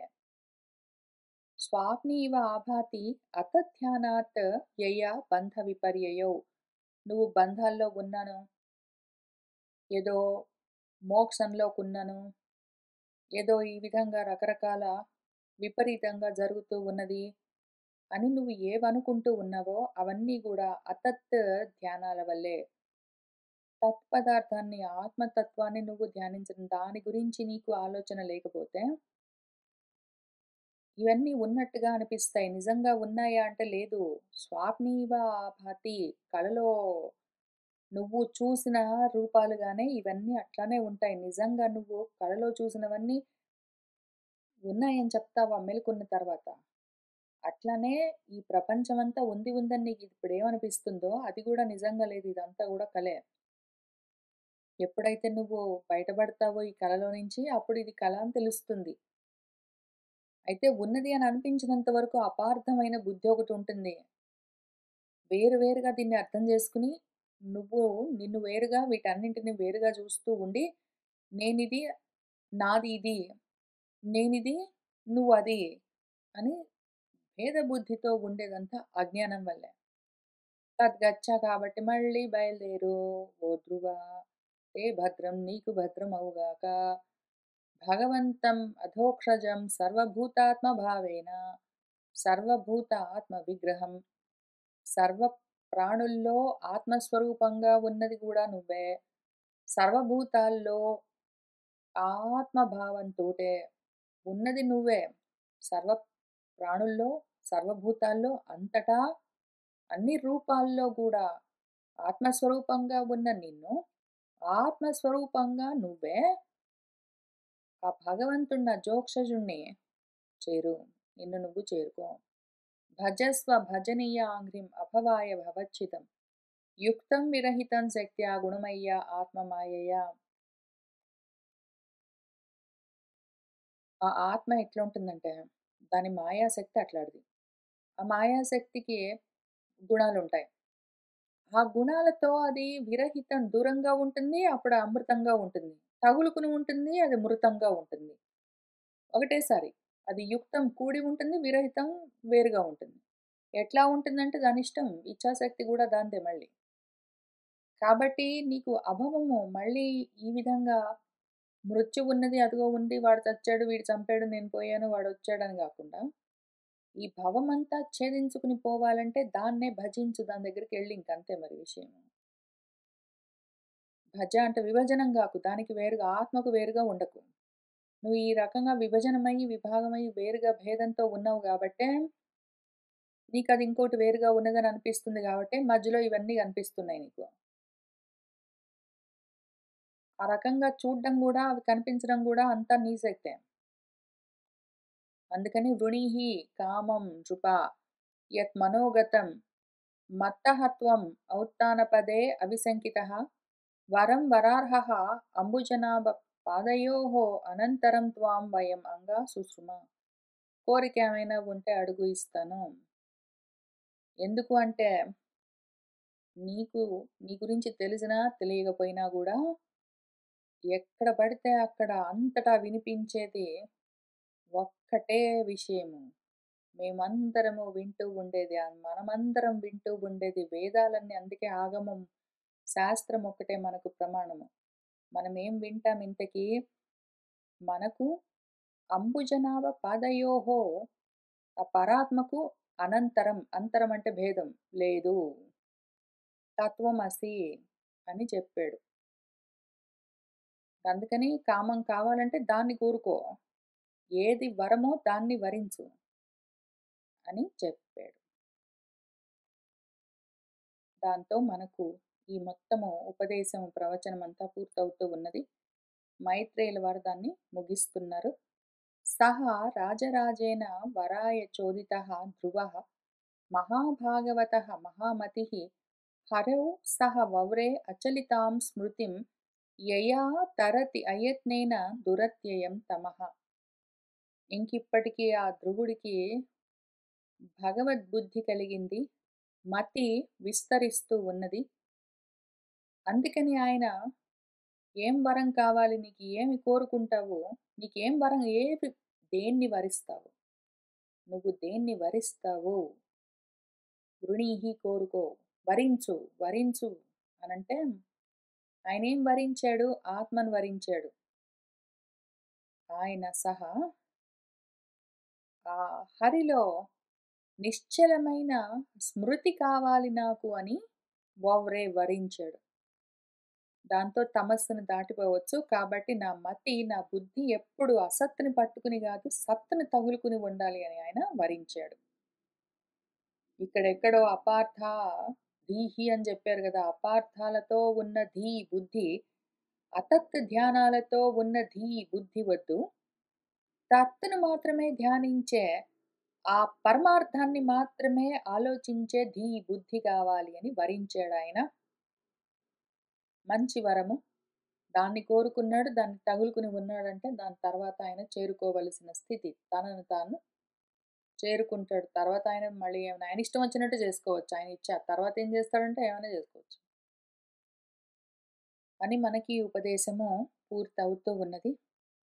ఇంతకీ మనకొక ప్రశ్న. మన ధ్రువుడు ఇక్కడ వ్యాసుల వారు చెప్పిన కథలో ఇంతకి చేరుకున్నాడా లేదా? తనను తాను ఆత్మగా చూసుకున్నాడా లేదా అంటే మననం గూడా నడుస్తూ ఉన్నది. తర్వాత ఆయన ఇంకా సుదీర్ఘమైన నిధిధ్యాస చేయడం కోసము ఏవో లోకాలకు వెళ్లి కూర్చుంటున్నాడు. ఒక ధ్రువ పదమని అక్కడికెళ్ళి అక్కడ కూర్చొని ఇంక నిధిధ్యాసన చేసుకుంటాడు. అయితే ఆయనకి సర్వాత్మ భావంతో ఉన్నదంతా ఒకటే, అది నేనే అన్న స్థితి కలిగిందా లేదా అన్న ప్రశ్నకు జవాబేమి అంటే ముండకోపనిషత్తులో ప్రథమ ముండకంలో రెండో ఖండంలో ఎవరైతే సుకృతాలు చేసుకుంటారో, ఎవరైతే పుణ్యకర్మలు చేస్తారో, అటువంటి వాళ్ళు చేసిన మంత్రాలతో, వాటితో, యాగాలతో చేయవలసిన విధంగా విధి అని చెప్పినవన్నీ వైదికమైన కర్మలన్నీ చేస్తూ ఉన్నవాళ్ళు వెళ్ళేందుకు ఒక పంథా మార్గం ఉన్నది. అదేమి అంటే ఏదో అర్చిరాది మార్గం ఉన్నది అని చెప్తూ ఏదో అగ్నిహోత్రం అక్కడి నుంచి ఆదర్శం ఏదో అగ్నిహోత్రము, దర్శము, పౌర్ణమాసము, చాతుర్మాస్యము అవన్నీ ఏవేవో చెప్తూ ఆ విధంగా వెళ్తూ ఉంటే వాళ్ళు ఏదో ఈ అగ్ని మార్గంలో నుంచి సూర్యుడి దగ్గర నుంచి అవన్నీ చెప్తూ వెళ్తూ ఉన్న సమయంలో వాణ్ణి మనవాళ్ళు ఏహి ఏహి రండి రండి అనుకుంటూ పిలుచుకుని వెళ్తారు. ఆ సూర్య మార్గంలో సూర్యరశ్ముల్లో నుంచి వాణ్ణి అందమైన ప్రియవచనాలన్నీ చెప్తూ వాణ్ణి గౌరవిస్తూ బ్రహ్మలోకానికి ఆ సుకృతుణ్ణి, ఆ పుణ్యాలు చేసుకున్న వాణ్ణి పిలుచుకుని వెళ్తారు అని ఇక్కడ ఈ మంత్రం ఉన్నది మనకు ముండకంలో. ఇదే విధంగా అక్కడ మనకు ధ్రువోపాఖ్యానంలో కథలో వ్యాసుల వారు ఏం రాశారంటే చాలా హడావిడితో రాశారు. ఇక్కడ ఈ ఒక్క మంత్రంలో ఉన్న విషయాన్ని ఆయన చాలా శ్లోకాల్లో ఎవరోట ఆయన అక్కడ కూర్చునుంటే ఏదో ఒక స్వచ్ఛమైన చంద్రుడు ఉదయిస్తున్నట్టుగా పెద్ద విమానం తీసుకుని ఇద్దరు యవ్వనంలో ఉన్నవాళ్ళు ఇంకేంటో వాళ్ళనంతా వర్ణించి వాళ్ళొచ్చారు, ఈయన లేచాడు, ఈయన నమస్కారం చేశాడు, వాళ్ళేంటో మాట్లాడారు. రండి రండి మిమ్మల్ని మీ లోకాలకి మీరు ఎంతో తపించి తపించి ధ్రువ పదవిని సాధించారు కాబట్టి ఆ లోకానికి తీసుకుని వెళ్తాము అని చెప్పారు. ఈయన సరే అన్నాడు. ఏంటో ఆ చుట్టూ తిరిగాడు, నమస్కారాలు చేశాడు. వాళ్ళ దగ్గర వీళ్ళ దగ్గర ఆశీర్వచనాలు తీసుకున్నాడు. ఆ విమానం ఎక్కాడని బయలుదేరాడు, వెళ్ళాడని చాలా కథగా రాశారు. మొత్తం అంతా ఇక్కడ మంత్రంలో ఒక చోటుంది. ఏహి ఏహి అని తమ్మ అటువంటి వాడిని ఎవరైతే ఆ ఉపాసన చేసుకుంటాడో తపించి తపించి సుకృతాలతో ఊర్ధ్వగతులతో వెళ్ళేందుకు ఆయన గొప్ప లోకాలను సంపాదించుకున్నాడో అటువంటి వాణ్ణి ఆహుతయ పిలుచుకుని వెళ్ళే వాళ్ళు వస్తారు. సువర్చసః చక్కటి వర్చస్సుతో ఉంటారు. వాళ్ళు ప్రియాం వాచం అభివదంత్యః చక్కటి ప్రియమైన మాటలు మాట్లాడుతూ అర్చయంత్యః ఆయన్ని ఆ ఉపాసకుడిని, ఆ సాధకుడిని అర్చిస్తూ, పూజిస్తూ, గౌరవిస్తూ ఆ సుకృతం చేసుకున్న వాడిని, ఆ పుణ్యాలు చేసుకున్న వాడిని ఏషః వాడిని వాళ్ళు సూర్యస్య రశ్మిభిః యజమానం ఆ యజమాని అంటే యజ్ఞాలు చేసుకున్న వాడిని సూర్యరశ్ముల్లో నుంచి ఆ అర్చిరాది మార్గంలో నుంచి వహంతి పిలుచుకుని వెళ్తారు అని ఈ మంత్రంలో ఉన్నదని ఆయన చాలా పెద్ద కథగా చెప్పారు. కానీ విషయం మాత్రం అది. ఈ కారణానికి ఈ కథలో ధ్రువోపాఖ్యానంలో ధ్రువుడు ఎక్కడికి వెళ్ళాడు అంటే విమానం ఎక్కి ధ్రువపదానికి వెళ్ళాడు అన్న చోట వరకు ఆయన కర్మోపాసనలు అంటే కర్మ మార్గంలోనే ఉన్నాడు. కాబట్టి ఆయన చేసుకున్న పుణ్యకర్మలకు ఆయన సాధించుకున్న లోకానికి వెళ్తున్నాడు. ఇంకా తర్వాత మళ్ళీ ఆయన అక్కడి నుంచి మళ్ళీ జ్ఞాన మార్గంలోకి వెళ్ళాలి. మనకు కఠోపనిషత్ తర్వాత వల్లిలో జ్ఞానం గురించి ఎక్స్‌ప్లెయిన్ చేసి చివరికి మన కఠోపనిషత్తులో నచికేతుడు దాన్ని సాధించాడు అని చెప్తారు. ఒకవేళ ఆ రెండో భాగాన్ని మన వ్యాసుల వారు ఇంకెక్కడైనా వేరే కథగా చూపిస్తారేమో, ఆయన చూపించినప్పుడు చూసుకుంటూ వెళ్దాము. లేదా మన ధ్రువుడు గూడా ఆ ధ్రువపదానికి ఇప్పుడు వెళ్ళాడు. కర్మ మార్గంలో ఆయన ఉత్తమ లోకానికి వెళ్ళాడు, కూర్చున్నాడు. ఆయన ఆ ధ్రువలోకానికి వెళ్ళి, ధ్రువపదానికి వెళ్ళి కూర్చున్నాడు. ఇంక అక్కడి నుంచి ఆయన దాన్ని సాధించుకుని ఉంటాడు.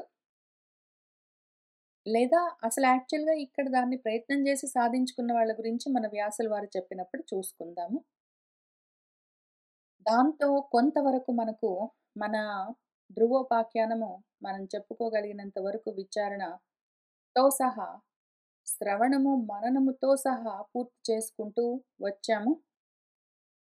ఇంకా ఏమైనా ఉంటే మళ్ళీ అదే పనిలో ఉందాము.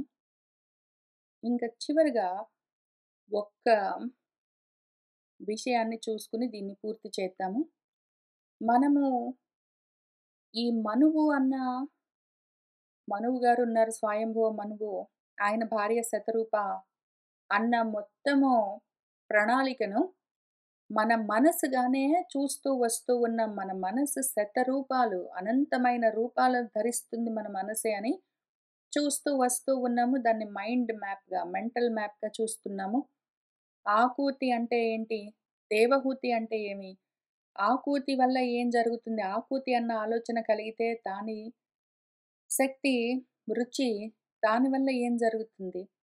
దేవహూతి అన్న ఆలోచన కలిగితే ఆ మనసులో ఆ ఆలోచన కలిగితే ఏ మార్గంలో వెళ్తుంది? ఎట్లా పరిణామం చెందుతుంది?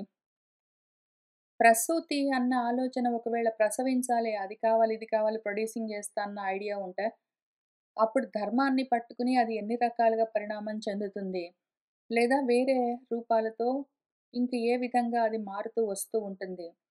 చివరికి ఇంతకీ కర్మనిష్టగా, జ్ఞాననిష్టగా ఉన్నవి ఏవి అని ఇవన్నీ చూసుకుంటూ వచ్చాం గాబట్టి, ఇప్పుడు మళ్ళీ అదే మెంటల్ మ్యాప్‌లో మన మనస్సు ఈ రూపం తీసుకుంటే ఏమవుతుంది అని చూసుకుంటూ వెళ్దాం. ఇంతకీ ఈ కథంతా మన మనస్సులో జరుగుతూ ఉన్న విషయం గాబట్టి, మన మనసే ఈ రూపం తీసుకుంటే, అది శతరూపాలు తీసుకోవచ్చు. మన మనస్సు అనంతమైన రూపాలు తీసుకోవచ్చు. అందులో ఒకవేళ అది ఉత్తానపాదమన్న రూపాన్ని తీసుకుంటే ఏమవుతుంది?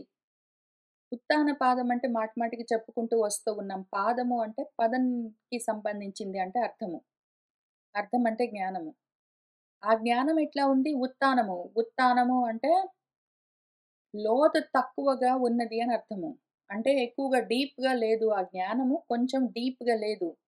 పైపైన జ్ఞానం అని అర్థం. పైపైన జ్ఞానం అది. అని ఆ ఉత్తాన పాదానికి, ఆ పదానికి అర్థము. ఇప్పుడు ఆ పైపైన అంతంత మాత్రంగా ఉన్న జ్ఞానము ఒకవేళ సునీతిని కలిసిందనుకోండి. సునీతితో కూడి ఉన్నదనుకోండి. నీతి, న్యాయముతో కూడి ఉన్నదనుకోండి. అప్పుడేం జరుగుతుంది అంటే దానికి ధ్రువము ముందు దేహం అంటే ఇదే ఉంటుంది అన్న ఆలోచన. తర్వాత లేదు ఇది కాదు ఇంకా ఎక్కువ కావాలి అన్న ఆలోచన. దేహాన్ని గూడా దాటి కావాలి ఇంకేదో కావాలి అని. ఆ తర్వాత దాన్ని గూడా మించిపోవాలి అని ఆ ధ్రువము అన్న ఆలోచన కలుగుతూ ఉంటుంది. అయితే ఒకవేళ మనసులో కలిగిన అంతంత మాత్రపు జ్ఞానానికి ఇది ఎప్పటికీ ఉంటుంది, ధ్రువంగా ఉంటుందన్న ఆలోచన ఒకవేళ వచ్చింది అంటే, ఇంకది ఎప్పుడు పరిభ్రమిస్తూనే ఉంటుంది. ఈ లోకమంటుంది, ఆ లోకమంటుంది, అది మళ్ళీ పుడుతూ ఉంటుంది, పోతూ ఉంటుంది, కర్మలు చేస్తూ ఉంటుంది. అది అదే పనిలో ఉంటుంది. ఆ పరిభ్రమించడం ఎక్కడ ఇలా భూమి మీదే ఉంటుందది. ఏ లోకాలైనా సరే ఇక్కడే ఉంటుంది. అది ఉన్నంత కాలము కాలంతో కూడి ఉంటుంది. కల్పాలు, వత్సరాలు, మాసాలు, పక్షాలు, వారాలు ఇంక ఇదే పనిలో ఉంటుంది. కాలంతో కలిసి పరిభ్రమిస్తూ ఈ భూమి మీద ఉత్కలము అంటే ఉత్కహ లాతి ఆచరతి ఇతి అని కర్మలు చేస్తూ ఉంటుంది. చాలా అత్యుత్సాహంతో కర్మలు చేయడము అని ఉత్కలము అన్న మాటకి అర్థం. ఆ ఉత్కలంతోటి అత్యుత్సాహంగా కర్మలు చేస్తూ, ఆ కాలాన్ని బెట్టుకుని ఈ భూమి మీద పరిభ్రమిస్తూ, ఇంకిక్కడిక్కడే తిరుగుతూ ఉంటుంది అంతంత మాత్రంగా ఉన్న జ్ఞానము.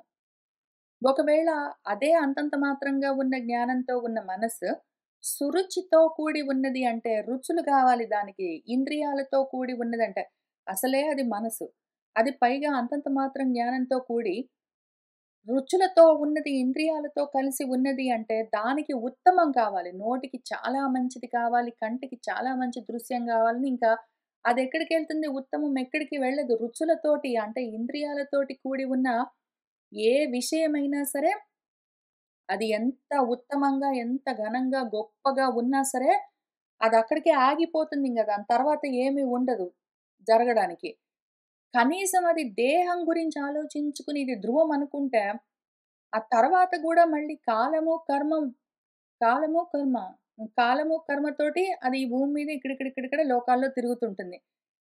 కాబట్టి మనసుకి ఉత్తానపాదం కలిగితే కూడా మనకు సుఖం లేదు. ఇంక తర్వాత ఒకటి మిగిలింది అదేమైనా మనల్ని ఎక్కడికైనా తీసుకెళ్తుందేమో చూద్దాము. మన మనువుకు మన మనసుకి దేవహూతి, ఆహూతి, ప్రసూతి కాక ఉత్తానపాదం గాక ఇంక ఒకటున్నది ప్రియవ్రతం అని. ఆ ప్రియవ్రతం గురించి చెప్పాలి ఇంకా మన వ్యాసుల వారు మనకు.